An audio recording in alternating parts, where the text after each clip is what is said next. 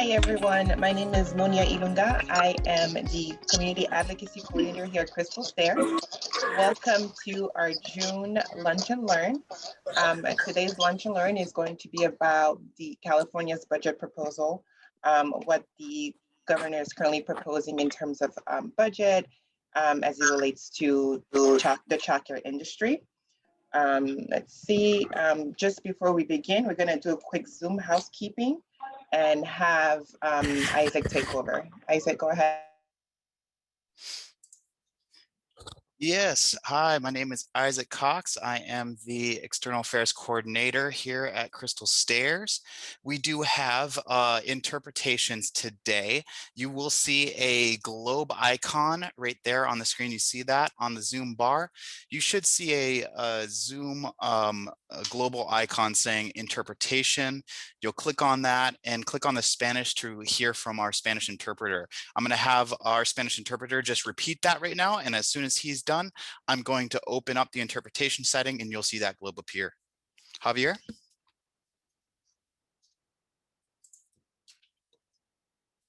Let's see, one sec.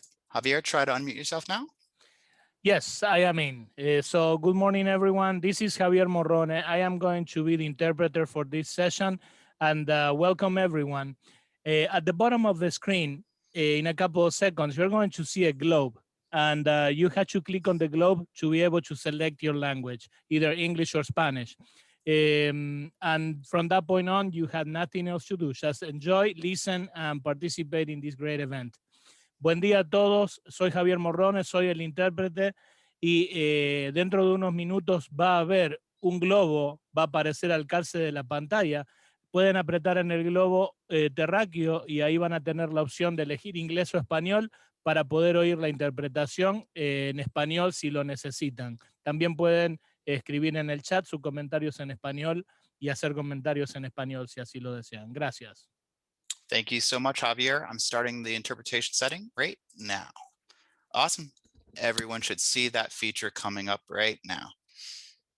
All right, back to you, Monia.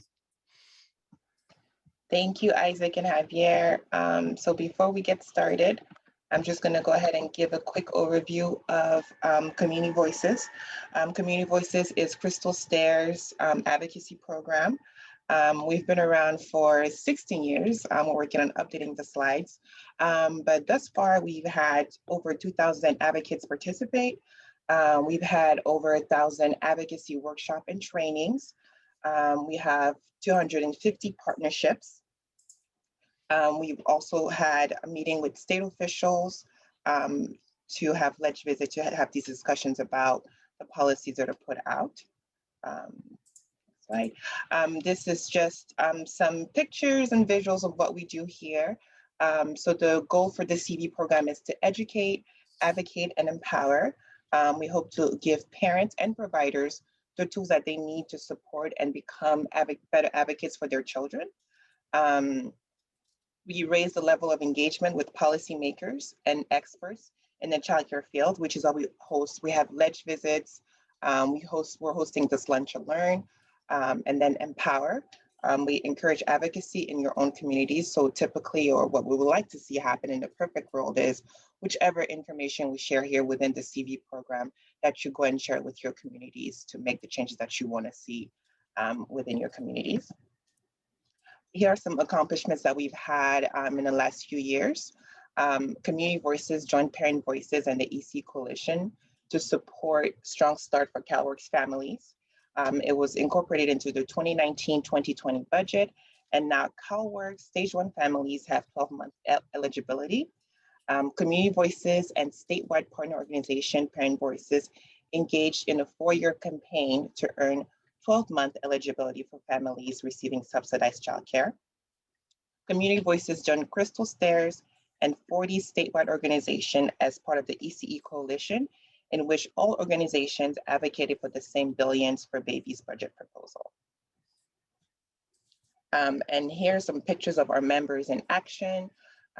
We have some trips to DC when we do ledge visits and different activities that we've had. And then we also have Julia, who actually used to be a CD member and now is the City School Board member. For today's Lunch and Learn, I'm very excited because we have Crystal Stairs' very own Justin Blakely. Justin is a public policy associate. He's going to talk about the budget proposal. He's put together a very nice presentation for you guys, and I'm gonna let Justin take it away. Thank you, Monia.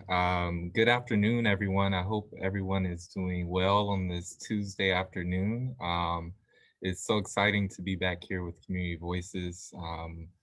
The last time I was on Community Voices is when we were talking about the November election, and we were talking about just how important it is to be civically engaged, to know about what's on the ballot, not only just from, the president all the way down, but, proposition education, and talking about what other measures and ballot initiatives that are coming even from the county level. So always excited to come speak with the Community Voices family, because that's what I consider this in us is this is a family, and we want to make sure that at Crystal Stairs that we are engaging in the most effective way on everything that's going on with not only federal, state, local level, but how are we approaching it, and to make sure that we all have a connected synergy when we do this as a community effort, because not only are we advocating on your behalf, but we are advocating in partnership with you together. So always excited to come and talk. So thank you, Monia, for that. Just an introduction to me for those who I have not been able to virtually meet or in person meet as well. My name is Justin Blakely. Been working with Crystal Stairs for over two years now. In this role, really being able to be our representative on behalf of the 45,000 plus families that we serve here, which I'm appreciative that you all are here to come engage in this conversation about the budget with.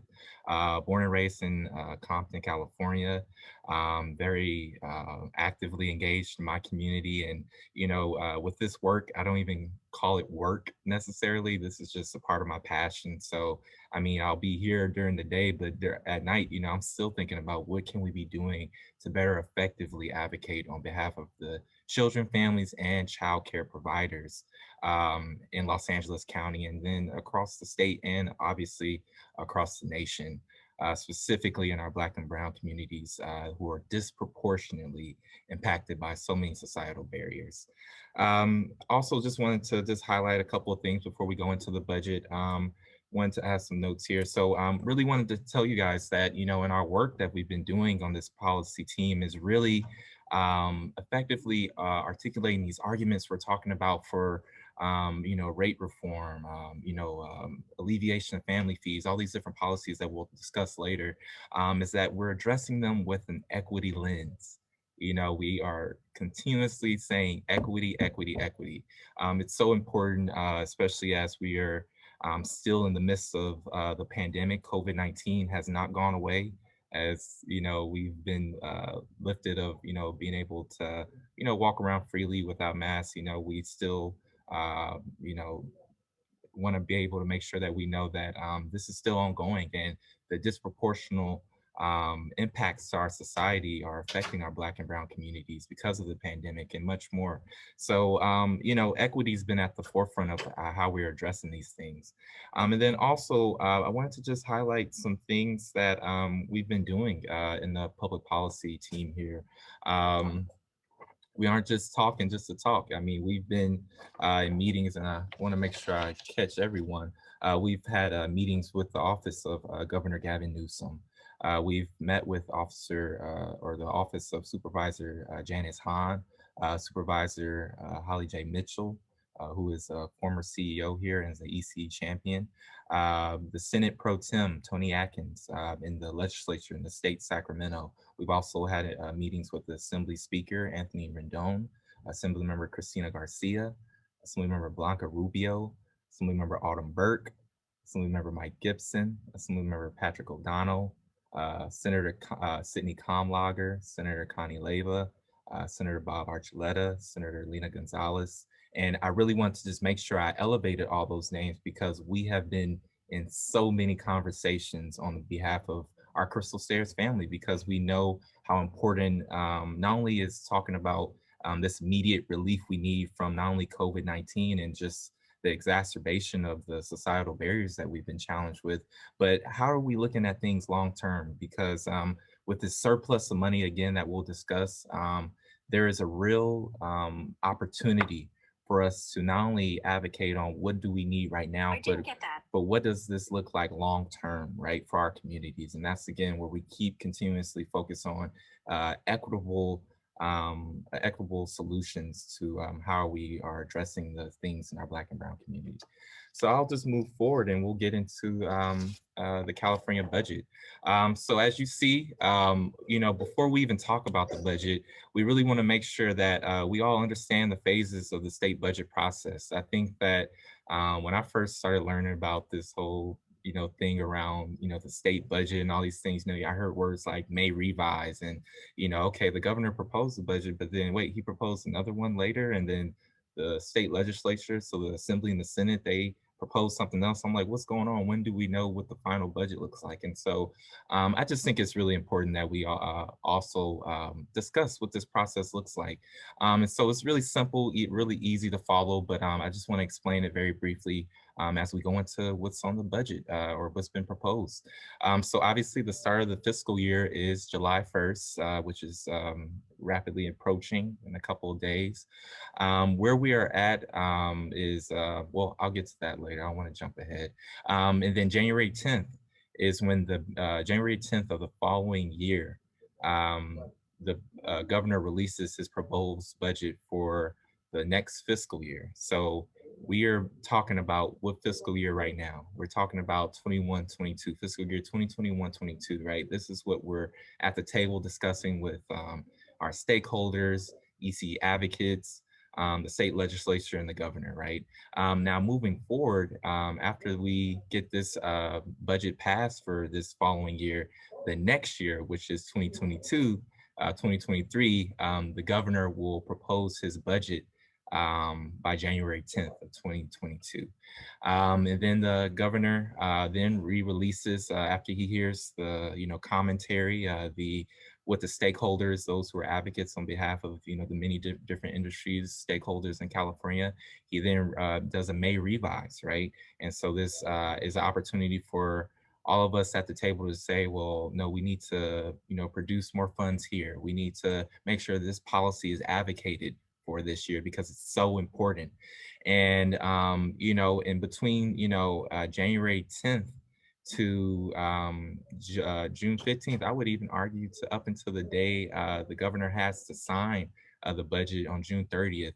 This is where advocacy and your voices really count the most.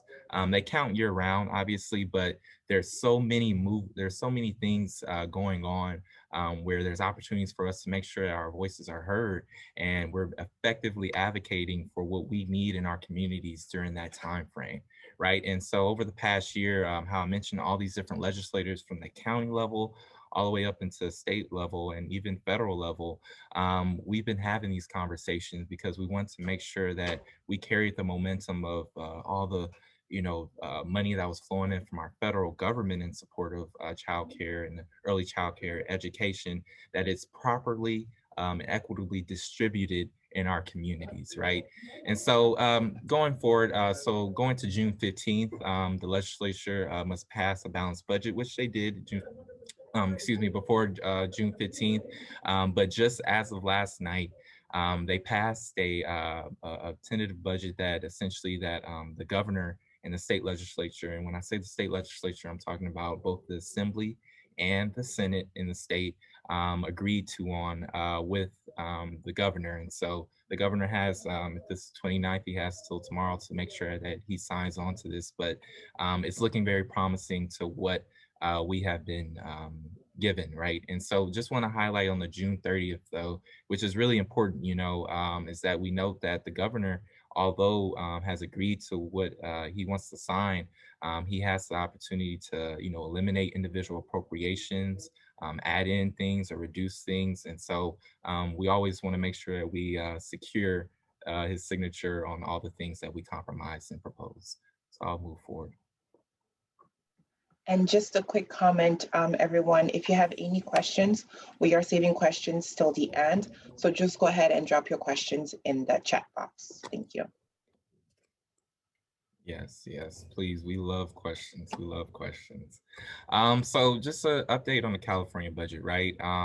Because of a lot of, again, federal dollars and just a lot of money that was produced federally, the California budget has a surplus. Right now, we could say it's around 75.7 billion. So California does not does not have a lack of funds, right, to distribute. It's just essentially how are we able to fund the things that need immediate funding, and how do we look toward long-term models? Although we want to continue to look at ways we can, save this money for rainy days. That's what the state legislature is really talking about. But I wanted to highlight something and make sure it's noted that 15 billion will be given to the state of California to be allocated for early childcare and education.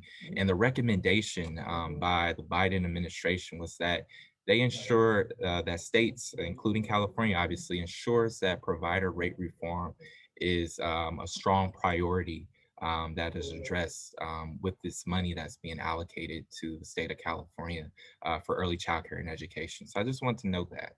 And Monia, you could go to the next slide for me. Thank you. And so I just talked about providers. What I will want to highlight is that provider rate reform, our providers in general speaking, were the backbone of the California's economy, and how we, if we want to even use the word, if I dare say, recovered from the closing down of the state of California. And so, I mean, again, who were our healthcare workers? Where were our healthcare workers? Leaving their kids, right? Where was our emergency response teams being able to, lend their kids to? And it was childcare, right? So it's very essential.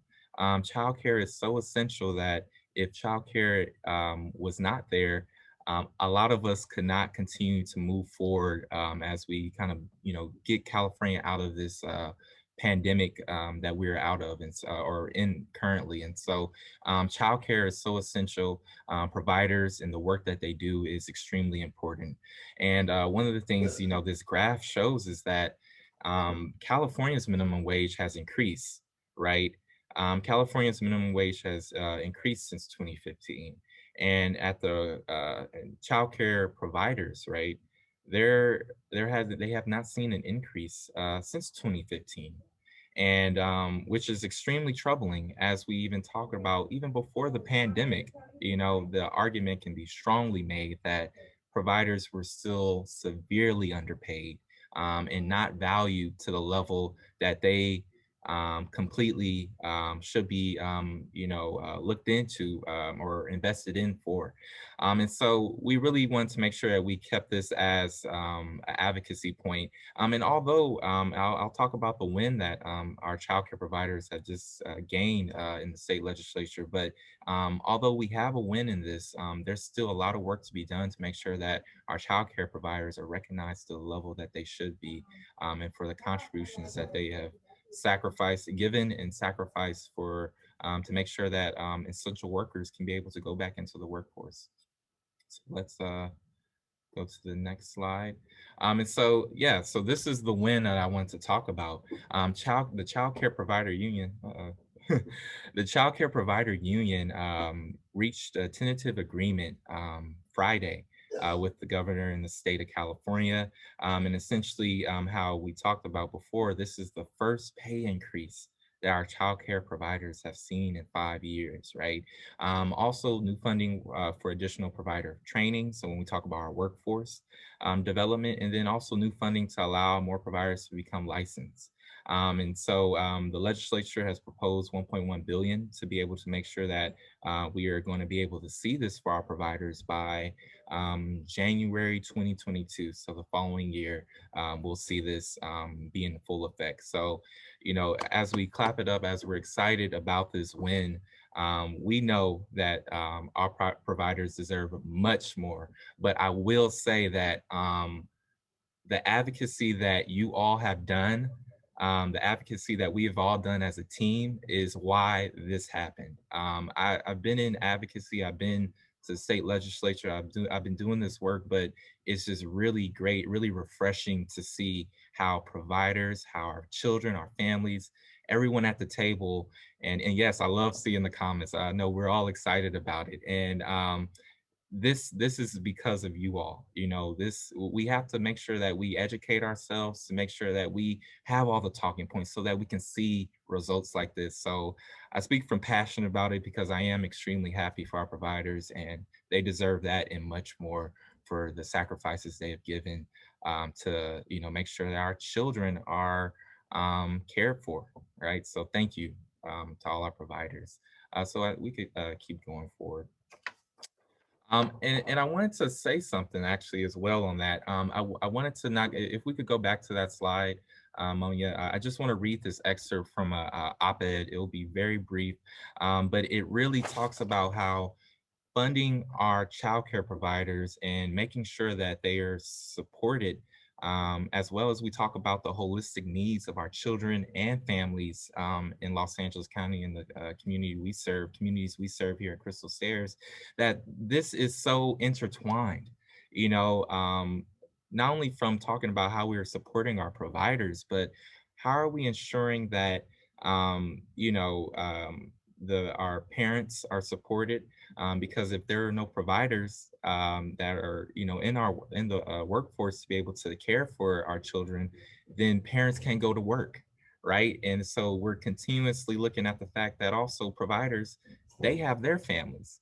Providers have a business that they're running, right? And if they have to choose between one or two things, you know, we have to be in survival mode. And we've always come from the perspective, personally, me as well, is that we don't want to just, you know, be in the survival mode. We want to be able to make sure our families, children, and providers are in a thriving mode, right? And not surviving. We want to be able to thrive. And so I just want to show you this quick excerpt. It'll be really quick, but it just kind of conceptualizes why this is all intertwined, why, you know, the impacts to the childcare industry, positive or negative, that happen will have an impact on all the other industries. You know, when we talk about, you know, homelessness, when we talk about food deserts, when we talk about all these different societal barriers that the Black and Brown communities face disproportionately. And so let me just read this excerpt for you. The needs of parents and those of childcare providers are directly tied to one another. Imagine being an essential worker who applied for a voucher to help childcare costs because you are struggling to even pay your electric bill. Then after a year waiting for a slot to open up, you learn that vouchers you received and explain that you must pay a family fee for the subsidy. It is gut-wrenching to have to choose between paying for your electricity or covering the fee of your childcare provider. You need the money as much, who needs the money as much as you do? Because if you don't, you might lose your childcare assistance. Imagine being a childcare provider, knowing that the money that you're taking from a family, money that the state expects them to pay to balance your reduced paycheck, is money that needs to keep the lights on at home. Imagine needing that money to keep the lights on at your own home, as well as your childcare business. It is heartbreaking to have to take money from a family living paycheck to paycheck in order to survive on your own paycheck. And this is really kind of illuminating how parents and providers are going through the same struggles, right? And it's so important that we know and we address this from an equitable lens, because this is another reason for why multi-generational poverty is happening in our communities today. You know, and you know, we are very, very intentional. We take it very serious on how we are addressing this, not from just we need childcare, but we need to be able to address this from a vantage point that we want to dismantle poverty going on in our communities. That is the goal. And childcare and it being supported to a level is extremely important, right? So we'll move forward.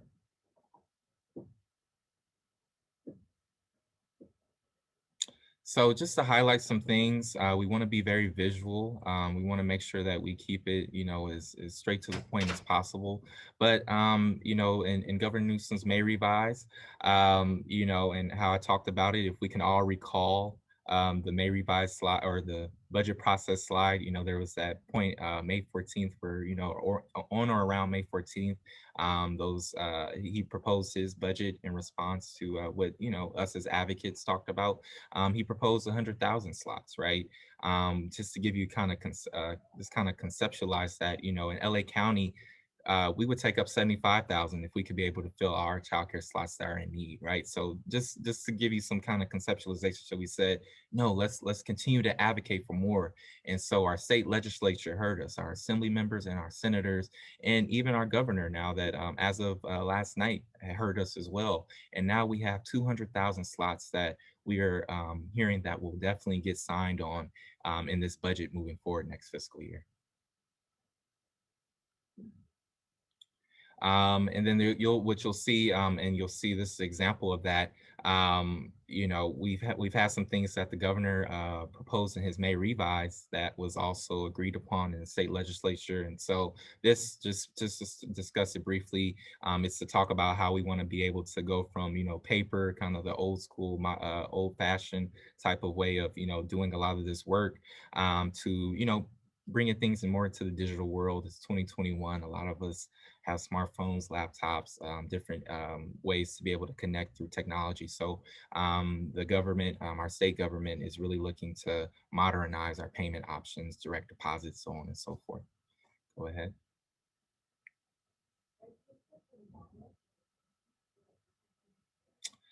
Something that's a really great win for us, family fee waivers, as I mentioned in the previous, or I talked about in the excerpt from a child care provider's testimonial. Family fees is something that can disproportionately affect our communities, right? Although it may be a nominal, very, small fee to some people, that fee is dinner. That fee can be part of rent that needs to be paid, or any of these gas money, right? And so the state legislature and also the government, or the governor, I should say, excuse me, is in agreement that we need to alleviate family fees, and then once they do come back at that time, and whatever they do, that's still being negotiated. But we're looking at least a year or 2 years for sure of alleviation. But when it does come, that it's a very small percentage of families' income. Let's go ahead and move forward.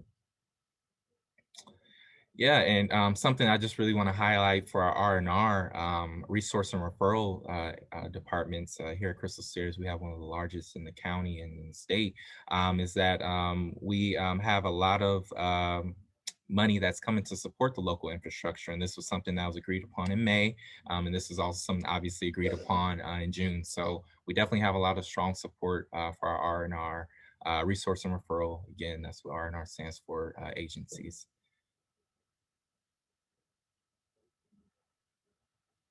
And so this is something I'm really excited about as well. That the governor proposed in the May revise that 10 million, and that it would end in the following fiscal year for emergency bridge vouchers. Now we in the state legislature's proposal, and what we can hear that the governor is agreeing upon, is that we have now 37 million in ongoing funds to continue our child care emergency voucher program, which is extremely important as we talk about our foster children who are in need of child care immediately. This is that program that addresses that. So we're very excited about that our legislature heard us on that. Go ahead, Monia. This is something more administratively when we talk about agency-wide and how we kind of handle our contracts and again, the administrative side of things. That's the best way I could put it. I just want to highlight this, that, initially it was a 3.1 billion, proposal to with a transfer from California Department of Education to California Department of Social Services. Now that there is a new shift in the funding to 4 billion for it, so an increase of $1 billion and some change. But just everyone be aware that CDE is, or excuse me, the childcare system is going to move from CDE to CDSS, which is the California Department of Social Services. So we just wanted to highlight that, more administrative. And this is something, again, universal transitional kindergarten. I'm not sure how we all have been looking at this, how much have we been following this as a community, but just from our perspective, and just from the perspective of our child care development, early care education perspective, no one's in opposition for universal transitional kindergarten in its totality, right? I think that we really want to look at how we are addressing universal transitional kindergarten and its expansion. And what I mean by that is that as we can see that our governor and also the state legislature is moving forward with this investment, we really want to just be able to highlight that, our concerns is just that as we, move our 4-year-olds, predominantly our 4-year-olds, out of this childcare system, potentially that could happen, that, we are lacking in early brain development. We will be lacking in the facilities that are needed to support our young children, right? And so if, you have a 4-year-old at a, on a school campus, how conducive of an environment is it for a 4-year-old versus someone who's in the K through 12 system as well? So, there's a lot of things that we want to, address in this. We're going to still be at the table with the governor and the state legislature on how we can work in unison and how we can really effectively advocate for a mixed delivery system. And I really want to be able to, highlight what this mixed delivery system looks like, right? How do you define that? And a mixed delivery system is a system in which early learning programs be located in any school, licensed child care center, licensed family child care home, Head Start program, or community-based programs that meets the agreed upon quality criteria, right?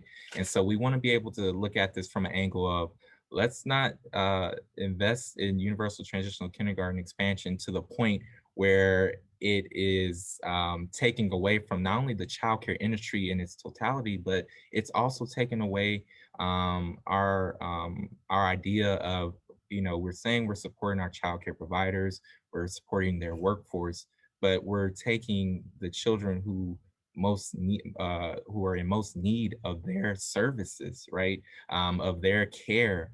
Our childcare providers have such a specific skill set that is specifically tuned to how to address our 0 to 5 population, our 0 to 4 population. And so, there's some things that, again, we'll need to talk about and discuss, but we need you all at the table as well. I think that, plenty of us have been on these calls with legislators, obviously virtually, but it's so much more profound when we have our childcare providers, when we have our families, our parents, I should say, also as well, and our community partners who also see the real value of why childcare is so essential to the California, being the backbone of California, but why it needs to be advocated upon in a way that we see it best fit. And it's not from a business standpoint, it's for us making sure that our children are supported in the best way possible, equitably, and in a whole child approach, right? It's not, again, just childcare, but how are we addressing all the comprehensive services that are needed for our families, parents, and children, most importantly. And I think that concludes what I wanted to talk about. I really appreciate everyone's comments. I was kind of reading some of them. I do want to give the floor back to Monia so we could get questions, comments. We definitely want to engage with you all because this work that we've been doing, although, you know, working around the clock, we do this because we really want to see our industry and our child care providers, our families, our parents advance in this society. And we really don't want to, you know, make sure that we're just, you know, resting on these wins. We want to make sure that we're continuously setting the bar higher, raising our ceiling of how we advocate on your behalf. So I'll pass it back to Monia. Thank you all. Thank you so much, Justin, for that amazing overview. We did have quite a bit of questions, and I'm going to ask them as they come up. And if we don't have the answers, we will definitely get back to you with the appropriate information, should that come up. And the first question that came up was, is Head Start included in this budget? Yes, Head Start is included on the budget. I don't have the exact number, but there is a COLA increase for our Head Start preschool program, CSPP. But we could get you more information. But yes, Head Start, to answer in short, yes, Head Start is included on the budget. Okay, great. And then the next question that came up is, does the state still have the rainy day fund from the early 2000s?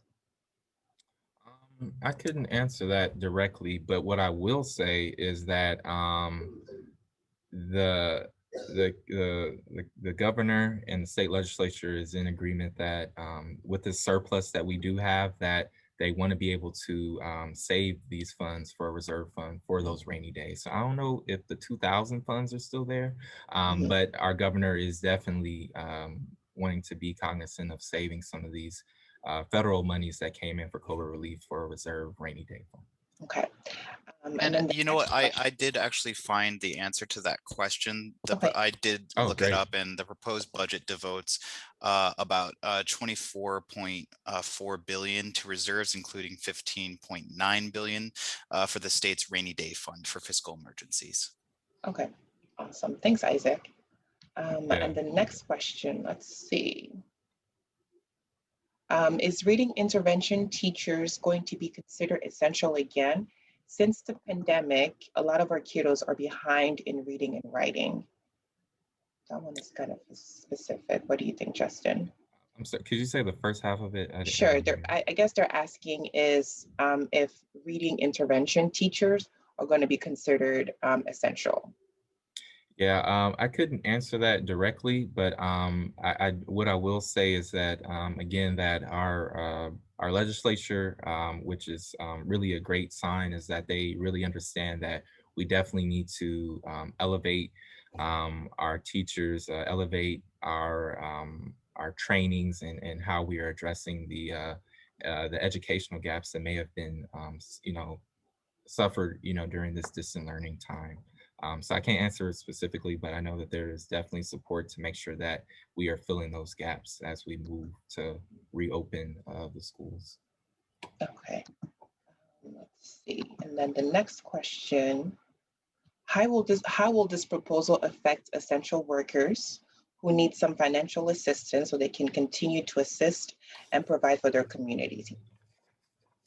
Yeah, what I will say is that there is quite a bit of relief for our for essential workers.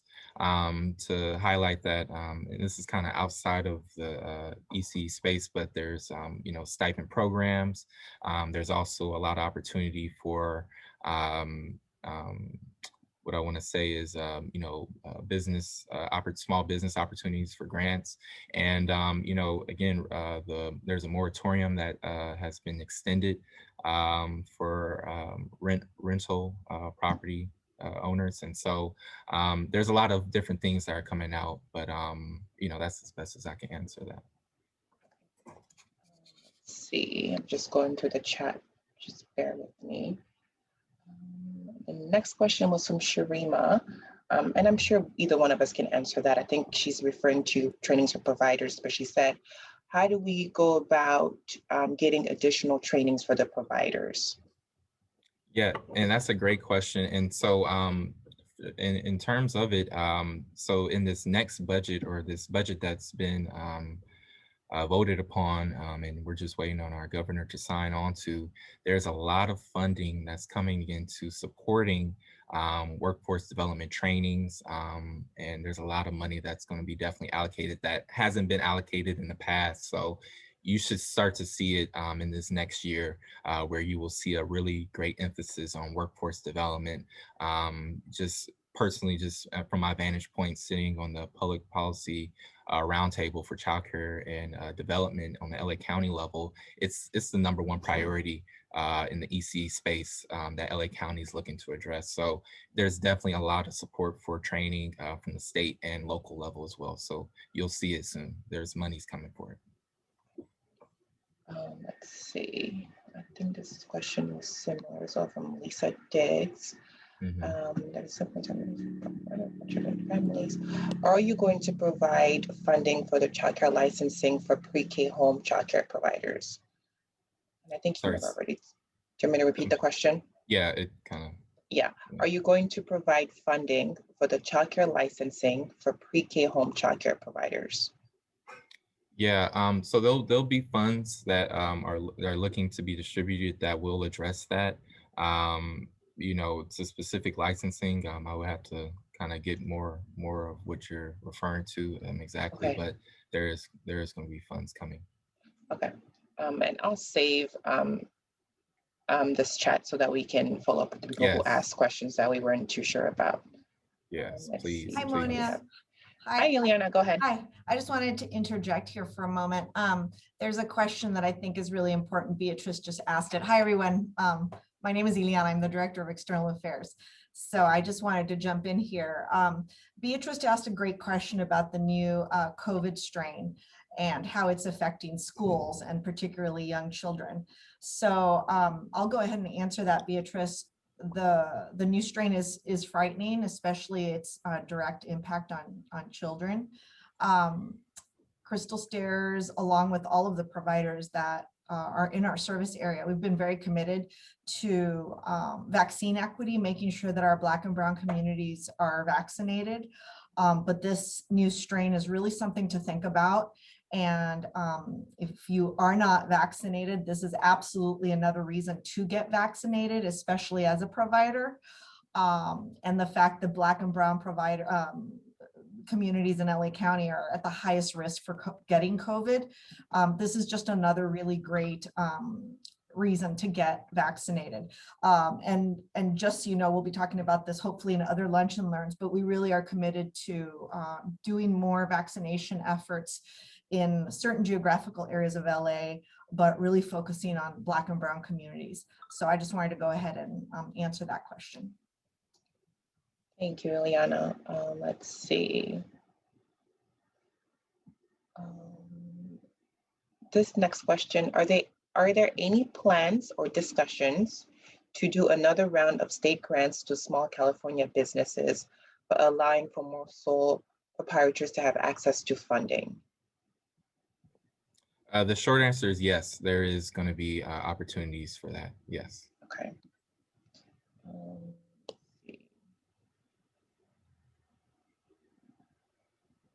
I saw a question in regards to, I was kind of scrolling, but I saw a quick question to answer regarding, will there be funding for after school programs? The answer is yes to that. A significant amount of funding, up to, I want to say 25 million that will go across the state. So yes, there is funding for after school programs. Awesome. And then another question came up was, are we receiving the $600 per child stipend? Now that's dependent on, and again, there's going to be things that may be changed in the matter of the next 24 hours. So Right. initially, there was a proposal that the legislature had put in, for ensuring that there was a stipend. Now, I'm not sure what it looks like now. That's one of those questions we should be able to update you on after this budget is fully passed in the next day. So let's just put a pin in that question, but a very great question, but it has been a discussion point, I will say. Okay. And then this one was very interesting. It said, how can other California groups collaborate in advocating for mixed delivery? Collaborating with your group, what other groups are advocating for mixed delivery? Yeah, that's a great question. I'm actually on a, I guess you would call it a committee that is mixed delivery champions, advocates, and this is across the nation. But just to highlight, in our backyard, we do have all of our the EC Coalition, Childcare Alliance of Los Angeles, definitely advocating for a mixed delivery system. Our Head Start, California Head Start program in general speaking, we're definitely arguing or advocating for a mixed delivery system. Absolutely. Okay, thank you. And then there were a few questions about CPR classes and trainings that we offer. I believe our department will be the best people to handle those questions. We are going to save this chat so we can follow up with the individuals who inquired about CPR classes and additional trainings. Let's see, in terms of viewing the lunch and learn later, I think Isaac took care of that. Isaac, is that correct? Really quick, can I just Yeah, chime in? sure. I've seen some people putting in their emails. Just we do want to keep this a safe and secure place. Thank you for sending us your information. However, if you would like information on CPR or community voices, just reach out to us at contactus@crystalstairs.org, and we will connect you to the appropriate department. We want your contact information to be personal. So just reach out to us there at contact.us, and we will connect you with whatever program you are interested in learning more information about. Sorry about that. And I think that was all the questions. I hope I didn't miss anyone. Let me just double check to be safe. Yeah, and while she's checking, I just want to emphasize again that please, I'm definitely transparent, open to accepting any and all questions. We could definitely talk offline. I know I think my contact information was put in the beginning, but please reach out. Would definitely love to have conversations with you all. We did again come to an agreement with the governor. The state legislature and the governor that has a lot of wins, we can definitely say, for the childcare industry, but there's still a lot of work to be done.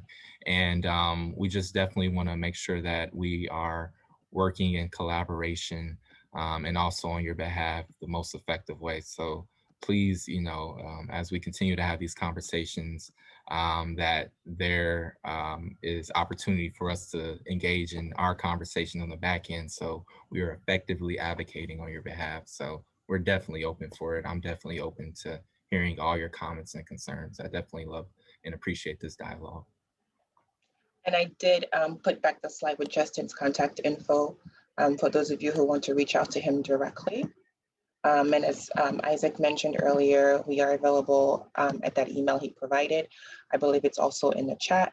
I want to thank everyone for attending. If there are any more questions, hang on, I'm just double checking here.